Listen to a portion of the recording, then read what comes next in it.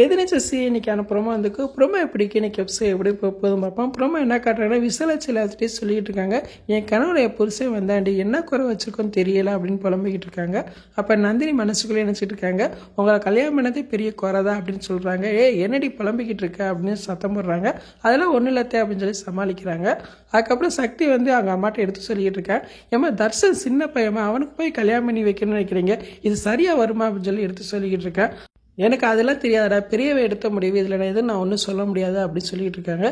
இருந்தாலும் எனக்கு ஏதோ மனசு சரியில்லாமல் இருக்குது, ஒரு ஜோசியர்காரை போய் பார்க்கணும் அப்படின்னு நினைக்கிறாங்க. இதுக்காக ஜோசியக்காரை வீட்டுக்கு வர வைக்கிறாங்க. அவர் சொல்கிறாரு, உங்களுக்கு பேரை இருக்கானாமா அப்படின்னு கேட்குறாங்க. ஆமாய்யா அப்படிங்கிறாங்க. அவன் உயிருக்கு தான் ஆபத்துன்னு வர்ற மாதிரி இருக்குது அப்படின்னு சொல்கிறாங்க. யாராலையா வரும் அப்படின்னு கேட்குறாங்க. அதெல்லாம் எனக்கு தெரியலை, ஆனால் அவர் உயிருக்கு தான் பிரச்சனை அப்படின்னு சொல்கிற மாதிரி காட்டுறாங்க. அதை கேட்டு விசாலிச்சு அவங்க குடும்பமே அதிர்ச்சி ஆகிறாங்க. இந்த கல்யாணத்தை எப்படியாவது தடுத்து நிறுத்தணும் அப்படிங்கிறதுக்காக ஈஸ்வரி ரேணுகாவும் அறிவுக்கரசி வீட்டுக்கு போகிற மாதிரி காட்டுறாங்க. அங்கே எடுத்து சொல்லிட்டு இருக்காங்க, இந்த கல்யாணம் நடக்காது புரிஞ்சுக்கோங்க அப்படின்னு சொல்கிறாங்க. அப்போ அறிவுக்கரசி ஏய் அப்படின்னு சொல்லி பெரிய கத்துற மாதிரி காட்டுறாங்க. இன்றைக்கான எபிசோட் இப்படி தான் போகுது. ஃபுல் வீடியோ பார்த்துட்டு பேசுவோம். இந்த வீடியோ பிடிச்ச வீடியோக்கு லைக் கொடுங்க. தேங்க்யூ.